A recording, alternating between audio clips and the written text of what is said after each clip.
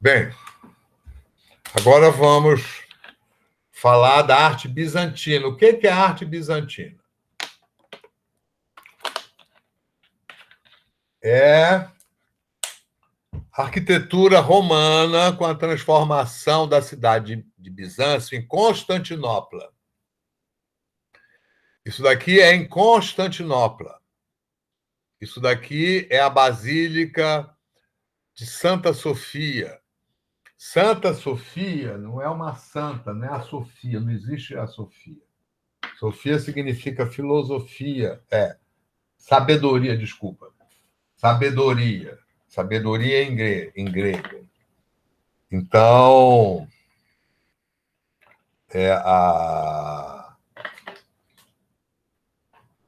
era a igreja da Sagrada Sabedoria, né?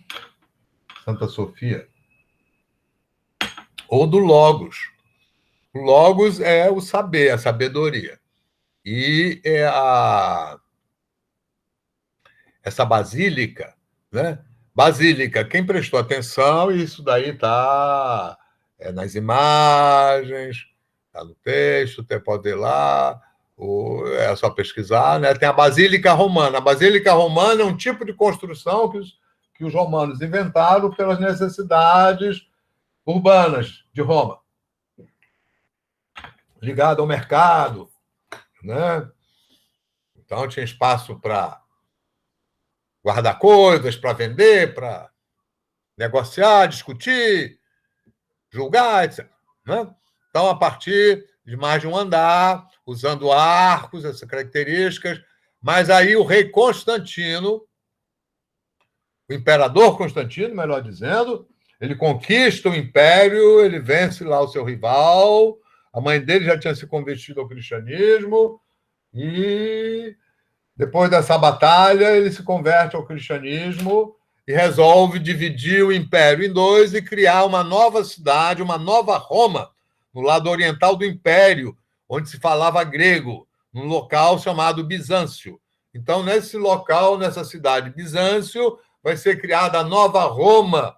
E como símbolo da nova Roma, os arquitetos, construtores romanos vão, a partir da Basílica Romana, criar um novo tipo de edifício, um novo tipo de prédio, que é a Basílica Cristã. Esses minaretes não tinham, isso aqui não fazia parte. Isso daqui é acrescentado depois que Constantinopla foi conquistada pelos turcos, né, em 1453, se não me engano a memória, quando na historiografia oficial acaba a Idade Média, acaba a Antiguidade e começa a Era Moderna. E Constantinopla vai ser rebatizada de Istambul. Os turcos, né, vão criar o Império Turcomano. Né? O Império Bizantino é o Império Romano do Oriente, depois da criação de Constantinopla, da Nova Roma, né, que continuou sendo chamada de Bizâncio. Né? Então, quando vocês ouvirem Bizâncio ou Constantinopla, é a mesma coisa, é a mesma cidade. Só que a capital, né, que definia, então, como a gente diz Império Romano, por causa de Roma, essa nova Roma, essa era a capital desse reino, né, desse novo império do lado oriental, que não é um reino propriamente. O reino tem uma certa homogeneidade, né? É um povo, e o império não, são vários povos, né? Alguns sedentários, outros nômades, né? Como tem várias cidades, tem toda uma estrutura de organização. E depois da divisão do Império Romano, né, o Império Romano do Oriente, preste atenção, no Império Romano do Oriente se falava predominantemente grego. a língua, tanto falada quanto escrita, era grega. Já no lado ocidental, a língua escrita e falada era predominantemente o latim. Né? O latim, pelos romanos e os latinos, né? E as outras línguas, chamadas línguas bárbaras, ainda não tinham escrita. Né? Dos povos bárbaros, que viviam, durante a antiguidade, viveram sempre em guerra, entrando em contato através das guerras, mas com isso os romanos foram chegando e acabaram, vamos dizer, eles assimilaram as técnicas primeiro, porque eles eram puramente audiológicos, ainda não tinha a escrita, né?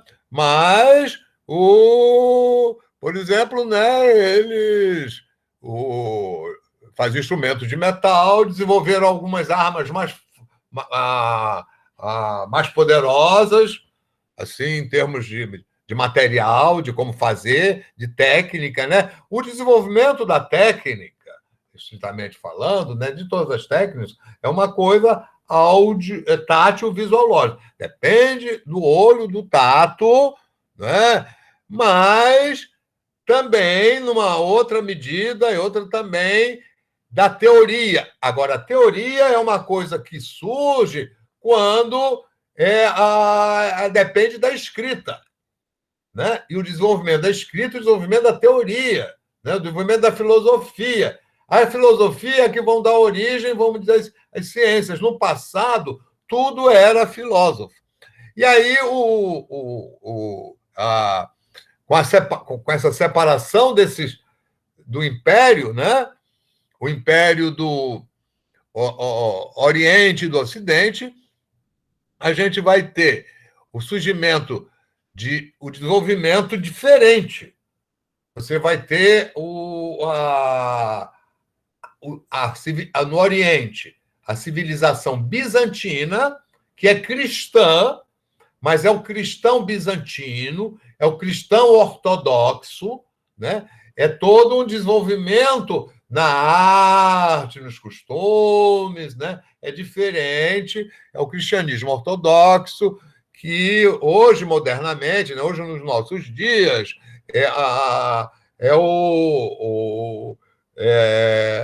foi o que se abarca da Grécia para cima, né? Da Grécia, a Albânia, a Ucrânia, lá, a Rússia, né? Tudo cristianismo ortodoxo que vem, é cultura bizantina. A arte, inclusive, para entender, né? A história da arte lá da Rússia, por exemplo, né? Tem que ir lá nessa origem bizantina. E no lado ocidental, né? No lado ocidental, o desenvolvimento vai ser diferente, que você vai ter a língua latina e uma outra igreja cujo centro é Roma. E também com um destino muito diferente. Opa, pera lá. Um destino muito diferente é que, enquanto o Império do Oriente prosperou, desenvolveu-se, foi riquíssimo, Constantinopla foi cobiçada, tentou conquistar, era uma fortaleza inexpugnável, né? Tem até aí na Netflix tem uma série não é longa não, que é a Conquista de Constantinopla, né? Eu acho que é Osman I lá, né? E do lado ocidental, do Império, vamos falar latino, foi uma decadência urbana quase que total. Não foi total, porque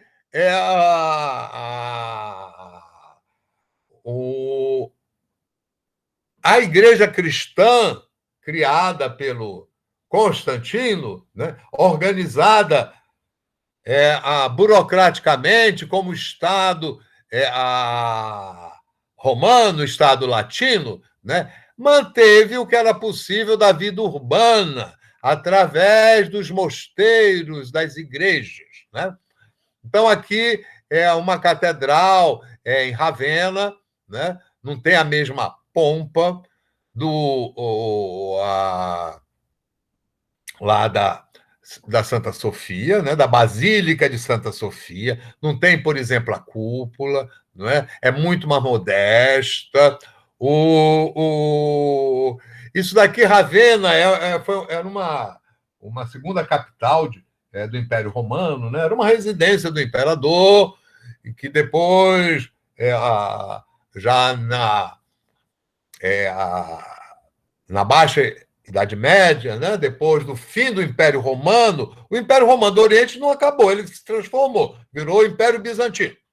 Já o Império do Ocidente acabou mesmo, ele acaba, é a época do feudalismo, acaba a vida urbana, o comércio, se reduz, o comércio é só aquela coisa próxima, né? Tudo, vamos dizer, toda a organização do Estado desaparece, a vida urbana praticamente acaba, os circos são fechados, não funcionam mais, né? O circo romano, né? Que algumas cidades tinham, as feiras e tal. E o que resiste da vida urbana é a igreja organizada, né? Com o Papa, os bispos, as coisas e tal, né? Com a criação de mosteiros, que vai dar origem, inclusive, à arte românica. Né? Então, em Ravenna, vai se construir uma catedral, compare aqui, né? Essa daqui, a catedral lá, Santa Sofia, a catedral bizantina, é um luxo. Né? Já a catedral, aqui, a igreja, né? É bem modesta, né? Reparem aqui. Né? E em Ravenna, o interior, é como na Basílica de na Basílica de Santa Sofia, né?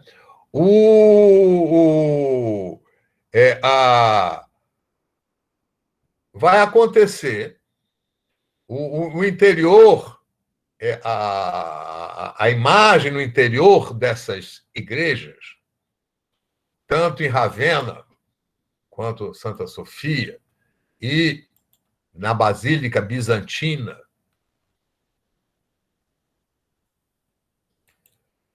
tanto na Basílica Bizantina quanto na igreja a românica, né? Porque aí vai surgir essas construções, é a arte românica, que vem de romano, né? Porque a igreja que vai começar, digamos, essa reconstrução, porque as guerras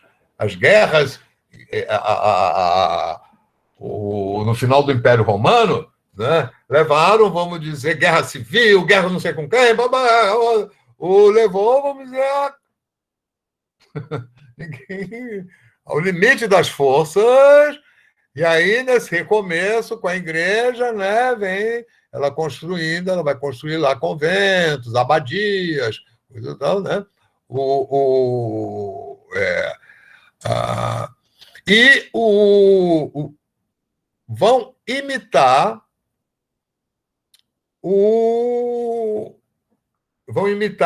vão utilizar as técnicas romanas de construção, daí que se chama arte românica, né? E vão trazer artesãos lá de Bizâncio. E o Bizâncio era, vamos dizer lá, Bizâncio era a riqueza. Né? É assim, é Nova York, os Estados Unidos. Né? Com as viagens, né, de barco com vela e remo, né, coisas difíceis, ou por terra complicada, né? Aí é que Veneza vai se tornar importante por causa desse comércio com Bizâncio, as trocas com Bizâncio, não é? E é o que hoje nós chamaríamos luxo, né? A arte na antiguidade, como na Idade Média, ela tem o sentido de luxo. Só que o luxo não é o que a gente não, não é um luxo de hoje, né? Não é um luxo, não tem luxo como algo extraordinário, né? Hoje o luxo é o é a... E uma coisa importantíssima, né? Vejam bem, essa relação lá de Bizâncio, do lado oriental, com a Igreja Oriental, Império Bizantino, e do lado ocidental. Feudalismo, né? A Igreja, vão se formar, digamos, novos reinos de poder, né? Aquele local, e o luxo, o espetáculo, o lugar da imaginação é o centro religioso, é o templo. E em Bizâncio acontece uma coisa que é uma continuidade da cultura romana, né? Que é a pintura parietal. A pintura nas paredes, né? Isso nas residências romanas, nas residências dos patrícios, dos aristocratas, né? Dos senadores, do imperador, né? Porque os romanos, além dos templos, e que no templo romano, como no templo grego, o mais importante é a estátua. É o ícone escultórico. E o ícone escultórico tem uma importância enorme. Só que em Bizâncio, o ícone escultórico ele vai ser praticamente abolido. Porque o ícone escultórico, né, com os romanos, ele passa a ser usado não apenas como imagem dos deuses, não apenas como imagem sagrada, mas também como imagem política, né, do imperador, da família do imperador, do senador. A imagem, né, o ícone escultórico, que é uma forma de adoração, né? De adoração do imperador, da família do imperador, o poder terrestre é comparado ao poder divino. Então, em Bizâncio, né?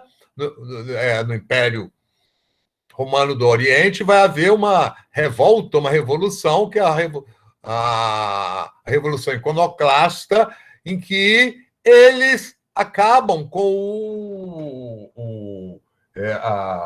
o ilusionismo escultórico.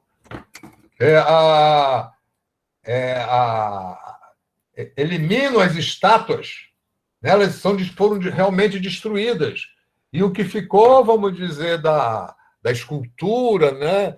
Da escultura romana, ainda permaneceu na criação das colunas, né? Aqui tem um outro novo tipo de coluna. Tudo isso daqui faz parte, digamos, da escultura.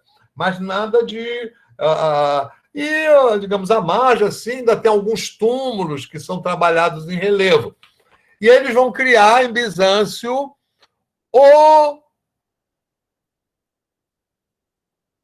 o mosaico, o painel de mosaico. Então, a igreja, né, tanto a basílica bizantina, quanto a basílica cristã românica, ela vai ter grandes painéis, né, com a diferença. Em Bizâncio é mosaico. Mosaico é uma técnica que se desenvolveu no Império Romano. Tem até um videozinho aí, eu acho que não vai dar tempo de eu passar, mas vocês podem ver, eu vou mostrar aí, está lá no ar, né? Que é a descoberta de um mosaico. Só que o mosaico romano, ele é ilusionista no sentido da pintura romana. A pintura romana, né, a continuação da pintura grega, já era ilusionista. Ilusionista, assim, no sentido de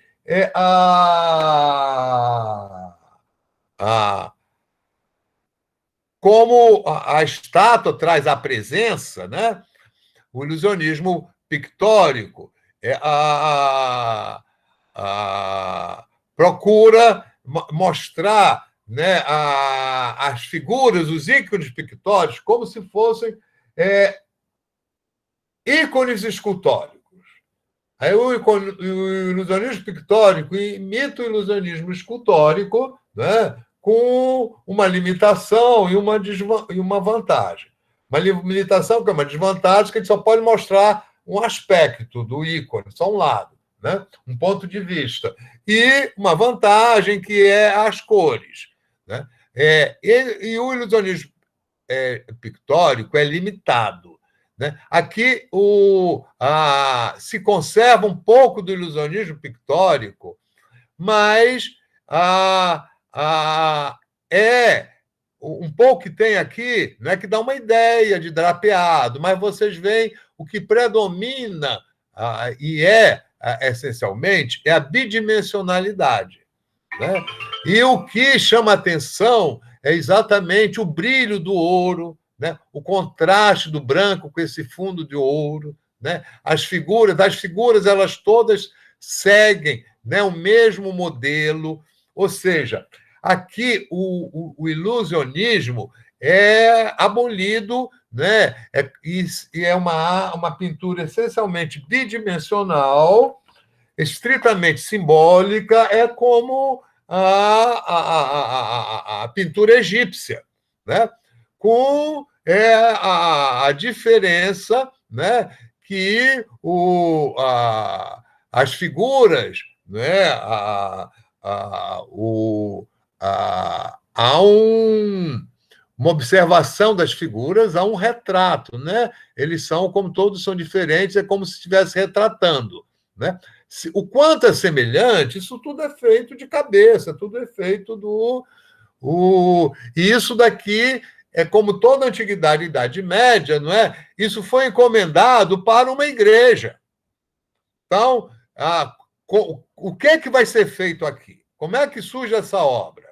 Não é? Então, isso vem do Estado. A igreja, não é? Tanto no Império Bizantino, como no lado ocidental, né, no feudalismo, é uma parte fundamental do Estado. E se confunde com o Estado. O Estado é toda a burocracia, né? É a parte militar, mas é a parte também administrativa, né?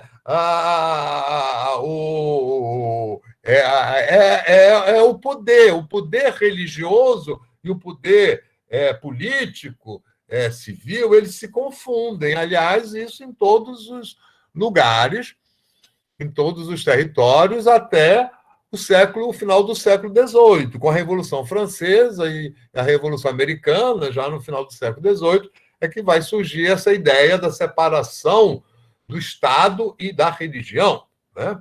Se eu não me engano, é o filósofo Montesquieu, que vai se discutir muito essa questão do Estado, né, no final do século XVIII. Então, vão surgir novas ideias e vai ter essa separação, né, que é uma grande conquista, essa separação do Estado laico e da religião, o que permite, vamos dizer, muitas religiões, a variedade de religiões, mas você não é mais obrigado, o que era natural na Antiguidade, na Idade Média, a todo mundo seguir a mesma coisa. Todo mundo seguia o mesmo estilo de vida, todo mundo seguia o mesmo horário. Né? Como é que o tempo era marcado? O tempo era marcado ou pelo badalada do sino, por alguém cantando, não é? Bem, e uma coisa muito importante é o abandono do ilusionismo escultórico e pictórico, tanto na arte bizantina quanto na arte românica, né? Com uma diferença, nós vamos ver, né? O desenvolvimento da arte bizantina é uma coisa que vai sempre influenciar o desenvolvimento da arte românica e depois da arte gótica, que é do lado ocidental. A arte bizantina, né? Em Ravenna é uma igreja bizantina, né? Seguindo o rito ortodoxo, né? A estátua ela desaparece e são os murais, a pintura de parede, a pintura parietal, né? como o mosaico é mais caro, principalmente o mosaico que entra ouro, dourado, né? O ouro como sinal do poder, o esplendor, né? Aqui o rei, a rainha, né? Como representantes divinos, né? O governo e a religião se confundem, né? Então, aqui você tem, através, as figuras, é tudo muito estilizado, é tudo muito simplificado, né? Porque a intenção não é mostrar e se aproximar da realidade. Não, mas pelo contrário, é mostrar o poder superior, né? E levar através dos olhos, através do estímulo, aquilo que está além, não é? Então você tem aqui as cores brilhantes, as cores lindas, os seres, né? Apesar de que pela coroa você identifica lá o imperador de Bizâncio, a imperatriz de Bizâncio, né? Mas pela forma, isso aqui não tem nada a ver com o imperador e imperatriz mesmo, né? Pela forma, você vê aqui seres divinos, maravilhosos. É uma coisa, né? É lindo. Vocês também dizem, a figura aqui não é bonita, mas o negócio não é ser bonito. É ser, vamos dizer, a beleza, essa beleza transcendental, em que o ouro é muito importante. No lado, o ouro, né? O mosaico. Isso daqui é um detalhe de um outro mosaico, né? São pedrinhas. O mosaico ele surgiu lá no Império Romano, só que o mosaico romano era como a pintura, a pintura romana, ele era ilusionista, o ilusionismo limitado, que não é aquele ilusionismo já da cultura ocidental lá do século XVIII. Né? E aqui isso tudo é anti-ilusionista, né? Em que o artista, e a gente não pode nem falar propriamente de artista, no nosso sentido moderno, né? É mais o artesão, não é? Ele seguia, né? Modelos de como construir, de como fazer a figura. Isso daqui não é são como é que como é que tudo são áreas, é como é que você divide aqui a área, né? Divide a área com certas linhas de contorno, certas formas, não é? E o importante é passar a ideia. A ideia, né? E uma ideia que não deixe dúvida sobre a condição e a hierarquia superior dessas figuras representadas. Né? Então, aqui é Maria, aqui é o menino, né? Agora, as proporções elas são todas determinadas em função da ideia, como também a utilização dos materiais. É uma coisa como é uma imagem puramente narrativa, em que a imagem está representando aquilo que você pode exprimir em palavras ou através da escrita. Né? Inclusive, entram palavras, entram textos, né, junto com a imagem. E isso faz parte. Né? Repare, é uma cultura que vem da tradição romana, há um certo ilusionismo, uma certa dose de ilusionismo na utilização do claro e escuro, né? Tem uma certa ideia de volume, né? Porque isso é a tradição, digamos, da arte greco-romana, mas que foi totalmente adaptada ao estritamente bidimensional. O estritamente bidimensional, né? Em que o mais importante é a ideia, a narração está passando. Né? Então, você vê aqui a posição dos dedos, né? Isso daqui não é nada natural. Né? Ninguém vai...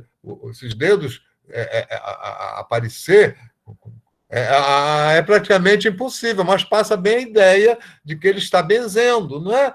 Que ele é Jesus. Né? Então, e aqui é a técnica. Nessa técnica que vem do Império Romano e que vai ser desenvolvida, caracteriza em Bizâncio, e é uma característica arquitetura interior, né, das basílicas bizantinas. Né? E essa arte bizantina ela vai influenciar a arte, pera lá, ela vai influenciar a arte românica, né? Aqui a gente tem um interior, né? Tudo, vamos dizer, são imagens, é pintura, aqui não é o mosaico, né? Com a mesma finalidade. A finalidade qual é?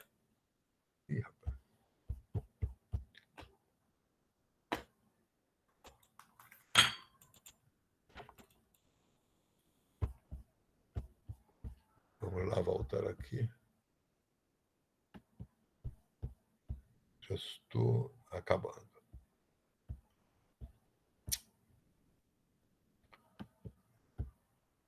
Apresentação. Agora eu vou outra aqui. Pera lá.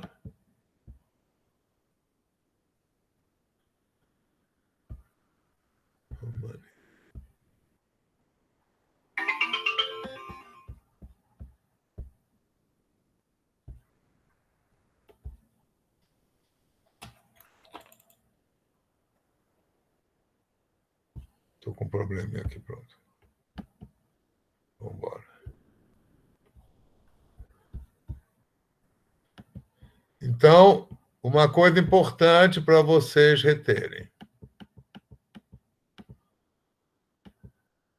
Quando surge a arte bizantina, que é a arte do Império Romano do Oriente, que virou Império Bizantino, é o tempo que, no lado ocidental, onde acabou o Império Romano, vão surgir os pequenos reinos feudais, vai surgir o feudalismo, né?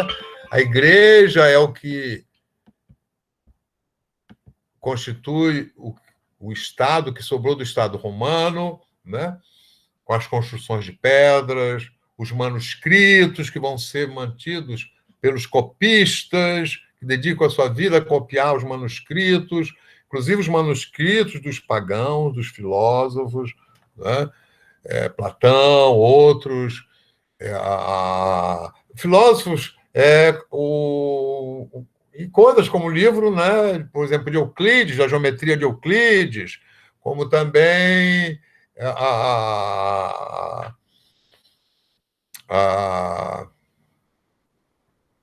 as teorias de Policleto. Policleto foi um escultor que deixou, vamos dizer, textos, né? É uma reflexão, uma teoria escrita.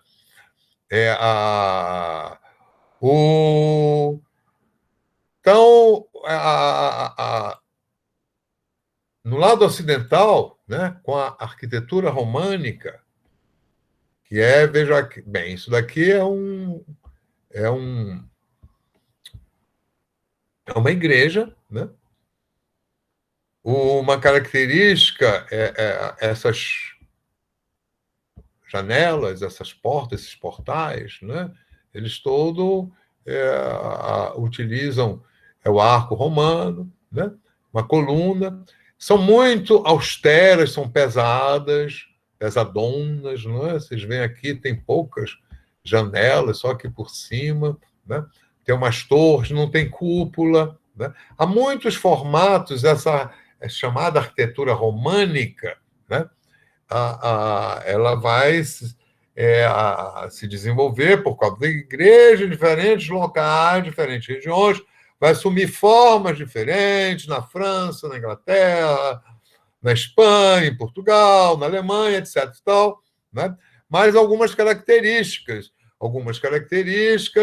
são, né, a horizontalidade, as paredes muito grandes e pesadas, né? Vai surgir o grande portal, são 2 ou 3, uma coisa que aqui que é chamada rosácea, né? Então aqui a gente tem uma uma igreja, por exemplo, né, aqui, essa igreja parece a entrada de um castelo, né? E, aliás, é essa arquitetura românica, que é essa arquitetura desses castelos que a gente já imagina, o castelo medieval, né? A fortaleza, e são as igrejas meio fortalezas, né? Elas eram, vamos dizer, super pesadas, como os mosteiros, toda a arquitetura românica é uma arquitetura da pedra muito pesada e tem realmente esse sinônimo de proteção, né? As cidades vão ser muradas, os castelos são murados, não é? E nessas igrejas, né, aqui já surge esse formato que vai caracterizar, em geral, que é o grande pórtico de entrada, um portão enorme de entrada, né? E reparem que, olha só, por isso que esse final da Antiguidade é chamado de Idade Média. Isso, quando está surgindo a arte românica e começando a arte bizantina, né, que a bizantina influencia a arte românica, o contrário não. O contrário não tem. O rico influencia o pobre, é diferente, difícil o pobre influenciar o rico. Alguns, mas pode influenciar um ou outro, assim, não é? Bem, ao mesmo tempo também que vai surgir a civilização islâmica, né? E tanto civilização, essa arte românica, né? A civilização da Baixa Idade Média, como a arte bizantina, como a arte islâmica, vão partir de onde? Vão partir do legado daquilo que ficou do Império Romano, né? Tanto em termos de técnicas de construção, que é o lado tátil-visual lógico de fazer as coisas, como também do aspecto audiológico, que é o aspecto da teoria, o aspecto da filosofia, o aspecto da escrita, né? Que não é, a civilização islâmica é como também a civilização cristã é derivada do livro dos judeus. É a Bíblia, vamos dizer, o fundamento lá está lá na Bíblia. A mesma Bíblia com a mesma história, né? Mas interpretada de formas diferentes, né? O legado cultural vai ser o mesmo do Império Romano, com seleções com coisas diferentes, né? E a civilização islâmica, que é muito importante, por isso a Idade Média, né? Ela vai muita coisa da cultura greco-latina que foi o máximo assim na antiguidade, na grande antiguidade, né? Depois dos greco-romanos, o que vai desenvolver muito grande civilização vai ser o Império Chinês. Depois né, lá, quando começa a era cristã, é quando o Império Chinês está começando, né?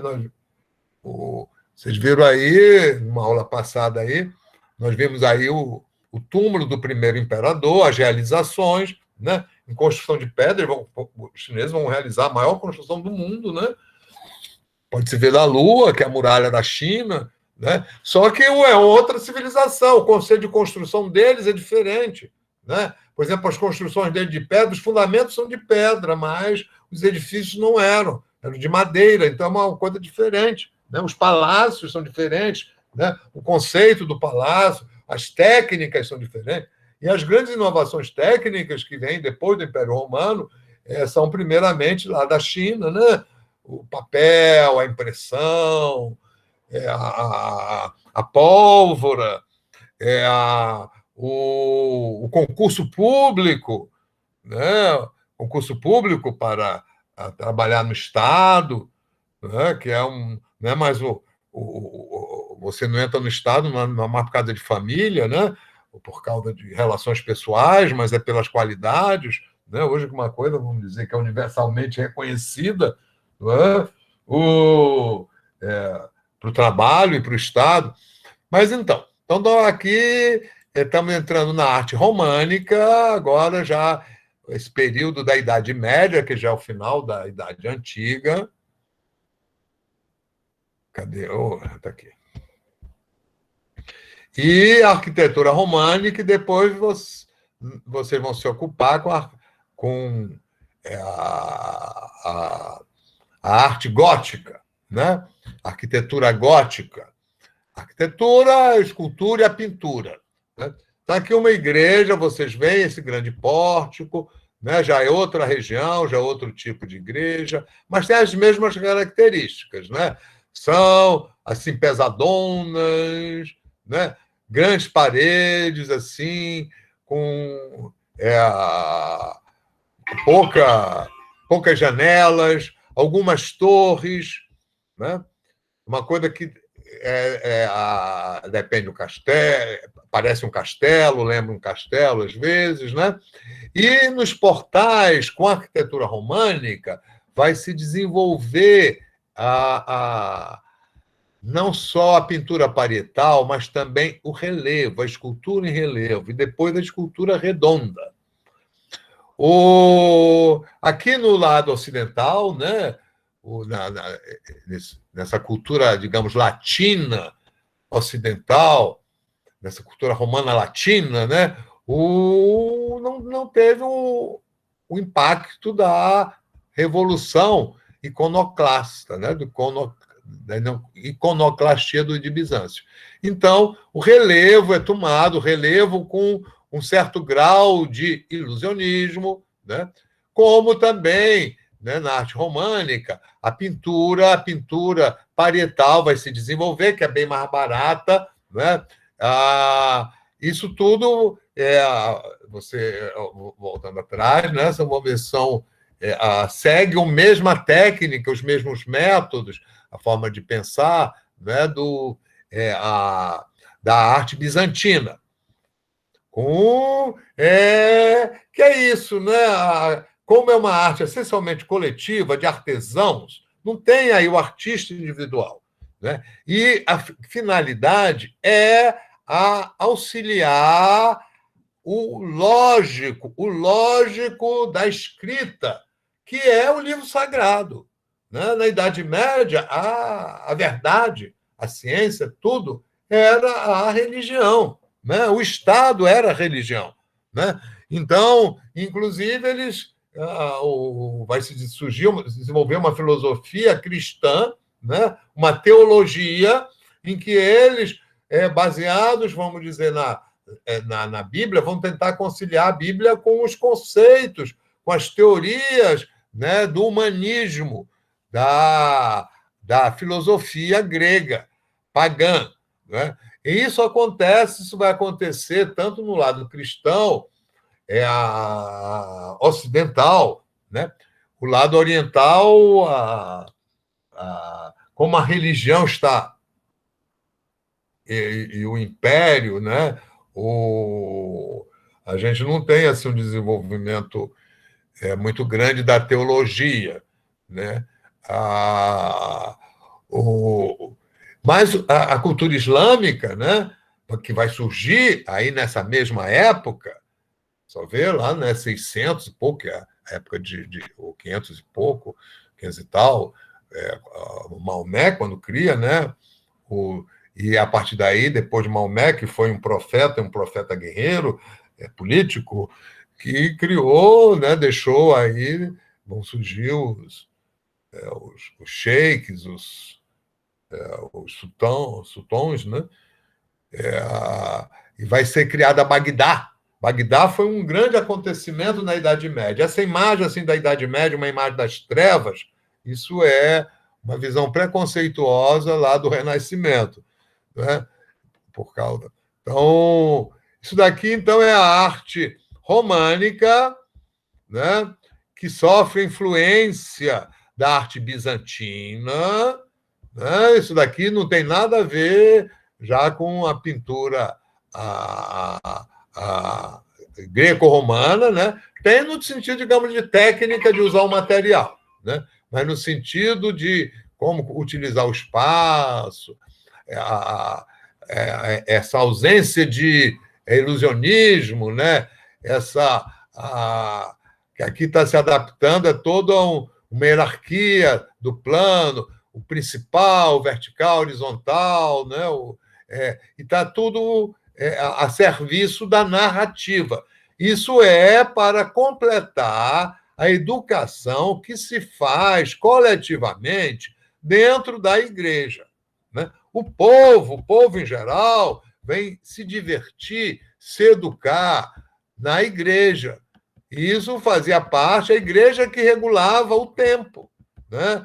O Estado regula o tempo, o calendário. Né? A necessidade do Estado é essa de regular o tempo, o calendário e depois o horário. Não é? Se cada um usar o espaço e o tempo do jeito que ele quiser à vontade, as coisas não funcionam. Né?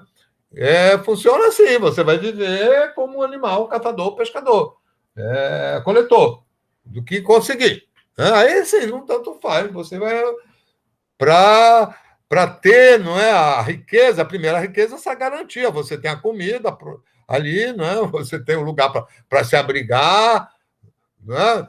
Tá livre desse drama da escassez e da abundância que existe na natureza. Então, em Bizâncio, no lado oriental, como também no Islã, no lado oriental, o ilusionismo é absolutamente abolido. Né? E no Islã é proibido. Né? O ilusionismo, o que vai, vamos dizer, toda uma arte abstrata, né? Puramente decorativa, e como eu disse, né, com a criação de Bagdá, isso vai ter um grande desenvolvimento da filosofia, da matemática, do audiológico. O audiológico vai se desenvolver muito com os árabes, da astronomia. Né? E como tanto do lado oriental como do lado ocidental, o mais considerado importante na imagem, né? E a imagem é originalmente o quê? É a escultura, relevo ou estátua redonda, a pintura parietal. E, em alguns casos, também a pintura que ilustra o livro manuscrito, que é a chamada iluminura. Né? Que, aliás, vai ser um desenvolvimento importante na imagem, né? O desenvolvimento da iluminura. Muitas coisas, vamos dizer, à volta do ilusionismo pictórico, o desenvolvimento do ilusionismo pictórico. Só que o ilusionismo, no lado ocidental, ele foi visto como uma coisa que auxiliava a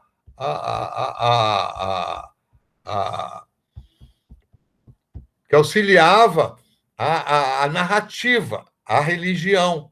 Né? Então, o relevo ele vai ser usado, inclusive né, o retorno assim, do ilusionismo, né? É um ilusionismo muito limitado por isso, de, vamos dizer, estar ilustrando, está mostrando a teoria, o audiológico, de forma verdadeira, de acordo com o audiológico. Estão entendendo? Né? Então, não é o ponto de vista do artista, ainda não existe o artista. Tá? Bem, chegamos já aqui, eu já passei 5 minutos, eu vou encerrar por aqui. Depois eu ponho a gravação. Cadê?